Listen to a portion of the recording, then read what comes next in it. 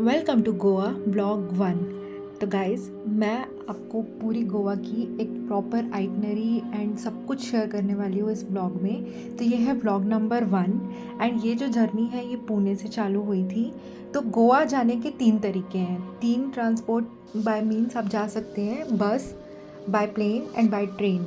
So Pune to Goa is almost 12 hours by train and daily train रहती है।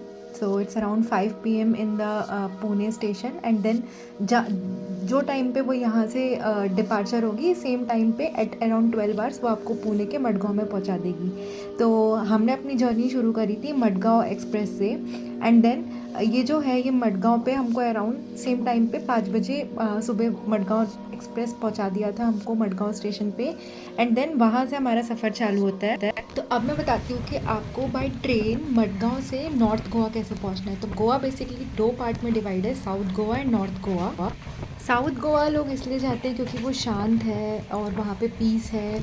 अगर आप चिल करने जा रहे हैं, शांति वाली जगह जाना चाह रहे हैं तो आप साउथ गोवा प्रेफर करिए, जो कि मडगांव से बहुत पास है। तो जिनको भी नॉर्थ गोवा जाना है तो अब नॉर्थ गोवा जाने के लिए आप वैसे भी वहाँ से बाइक रेंट करेंगे या स्कूटी रेंट करेंगे या कार रेंट करेंगे, पर आपको वहाँ तक पहुँचने के लिए पहले आपकी होटल या जो भी आपने बुक करी होगी वहाँ तक जाने के लिए आपको क्या करना है, जैसे ही आप ट्रेन स्टेशन में उतरेंगे वहाँ से लोकल ट्रेन रहती है जो कि आपको नॉर्थ गोवा तक कनेक्ट करती है। तो हम जब उतरे थे वहाँ पे एक लोकल ट्रेन खड़ी हुई थी जो थिविम जा रही थी। तो Thivim is the nearest station to north Goa.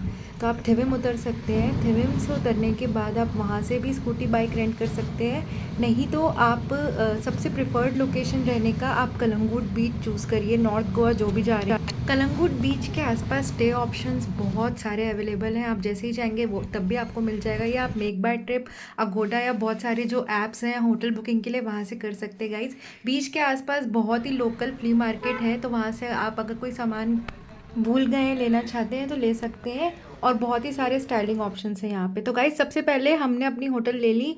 Hotel में रहने के बाद आपको कलंगुट बीच से 2 बीच आसपास पड़ते हैं, कलंगुट बीच एंड बागा बीच। लेफ़्ट और राइट में अराउंड 1.5 किलोमीटर में दोनों बीचेस पड़ जाते हैं। तो ये जो व्यू है ये कलंगुट बीच एक्चुअली बहुत क्राउडी है, और आपको वहाँ पे जो लोकल वेंडर्स हैं वो बहुत सारे वाटर स्पोर्ट्स के लिए बोलेंगे, तो इट्स अप टू यू, क्योंकि बहुत ज़्यादा क्राउडेड बीच है। तो ये था कलंगुट बीच गाइज। रात में वहाँ पे आपको स्कूटी रेंट करनी पड़ती है। Scooty rent around 350 rupees north Goa में होता है एंड साउथ गोवा में थोड़ा महंगा है, अराउंड 500 पर डे के हिसाब से साउथ गोवा। तो हम यहाँ पे बागा बीच में आ चुके हैं। बागा बीच इज़ सच अ हैपनिंग बीच। यहाँ पे बहुत सारे बीच शैक होते हैं, यहाँ पे गाने बजते रहते हैं। ये एक परफेक्ट पार्टी प्लेस है अगर आप साउंड लवर हो। एंड गाइज अगर आपको हैपनिंग वाइब पसंद है, पार्टी वाइब पसंद है, तो you prefer to go north Goa. North Goa बहुत ही मस्त है एंड मुझे भी नॉर्थ गोवा में बहुत मज़ा आया। मैं और मेरी फ्रेंड यहाँ पे आए थे एंड यहाँ पे एक टीटोज़ लेन है जहाँ पे हम पार्टी क्लब वाला एरिया है। तो यहाँ पे ओवरनाइट पार्टीज़ वगैरह चलते रहती है, वाइब बहुत अच्छी है। एंड फिर जो लोग वेजिटेरियन हैं उनके लिए वेजिटेरियंस ऑप्शंस भी बहुत सारे हैं। प्योर वेज रेस्टोरेंट्स अभी वहाँ पे खुल चुके हैं टीटोज़ लेन से बागा में जो कनेक्ट होते हैं, इसलिए Calangute is a best option to stay. तो बीच में आपको बहुत सी लेडी आके बोलेंगी कि आप उनसे ब्रेड करवा लो गाइज, एंड आप गोवा गए और ये ना करवाए तो ये कोई बात नहीं होती है, तो आप करवा सकते हैं एंड बार्गेन कर लेना, because they quote a very high price. अगर आपको 2 से 3 ब्रेड्स करवाने हैं तो you can even start from bargaining 50 rupees. तो ये वो करके देते हैं, बहुत ही प्यारा लुक आता है। तो ये मैंने करवाया था एक, एंड उनके पास बहुत सारे ब्रेसलेट्स भी होते हैं, तो प्यारे प्यारे एंकलेट्स एंड आपको बीच वेयर ज्वेलरीज मिल जाएगी। तो ये एक गोवा में मस्ट ट्राई इवेंट बोल सकती हूँ मैं। तो ये बागा बीच के पास रात में इतना अच्छा माहौल रहता है। अगर आप ज़्यादा दिन के लिए जा रहे हैं तो आप बागा बीच के अलावा वेगेटर बीच हो गया, एंजुना बीच हो गया, वहाँ पे भी पार्टी माहौल रहता है। नॉट लाइक बागा में फ्री ऑफ कॉस्ट रहता है, क्योंकि वहाँ पे डांस वगैरह ओपन स्टेज रहते हैं, कोई भी जाके एंजॉय कर सकता है। ये टीटोज़ लेन है। टीटोज़ लेन में बहुत सारे कैफ़ेज़, बहुत सारे क्लब्स वगैरह हैं, तो वहाँ की वाइब अलग ही रहती है। तो ये आप एक्सप्लोर कर सकते हैं, और काफ़ी अच्छे डाइनिंग ऑप्शंस भी हैं। डाइनिंग ऑप्शंस के लिए बहुत प्यारे प्यारे एम्बियंस के स्पेसेस हैं। तो टीटोज़ लेन एंड बागा बीच is a must visit place अगर आप नॉर्थ गोवा जा रहे हैं। एंड जहाँ पे आप स्टे ले रहे हैं वहाँ से ये वॉकिंग डिस्टेंस पे है, तो अगर आप चाहो आप कलंगुट साइड हो, तो if you don't rent a scooty even for the first day, you can cover both the beaches.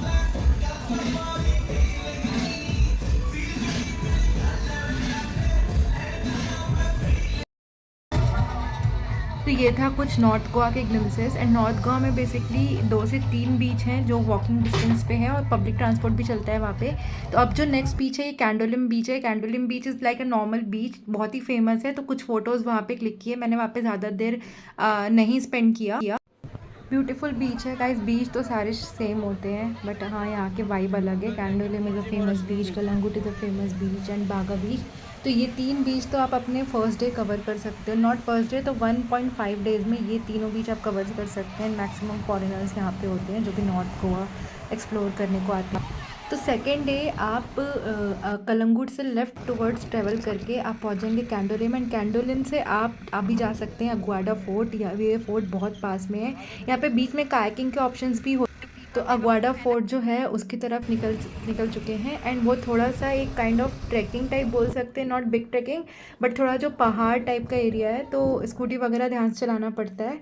Next, यहाँ की एंट्री फीस अराउंड 20 रुपीज़ पर पर्सन है और पार्किंग यहाँ पे लगेगी। तो ये बहुत ही अच्छा एक अगवाडा फोर्ट है। यहाँ पे पीछे पे बहुत समुंदर का व्यू है, तो ये आप एंजॉय कर सकते हैं। So that's all for part 1 north Goa. And मैं इसकी 2 से 3 सीरीज़ और बनाने वाली हूँ, तो आप और भी ब्लॉग को देखना। एंड अच्छा लगा हो तो प्लीज़ लाइक करना, शेयर करना एंड सब्सक्राइब करना और कुछ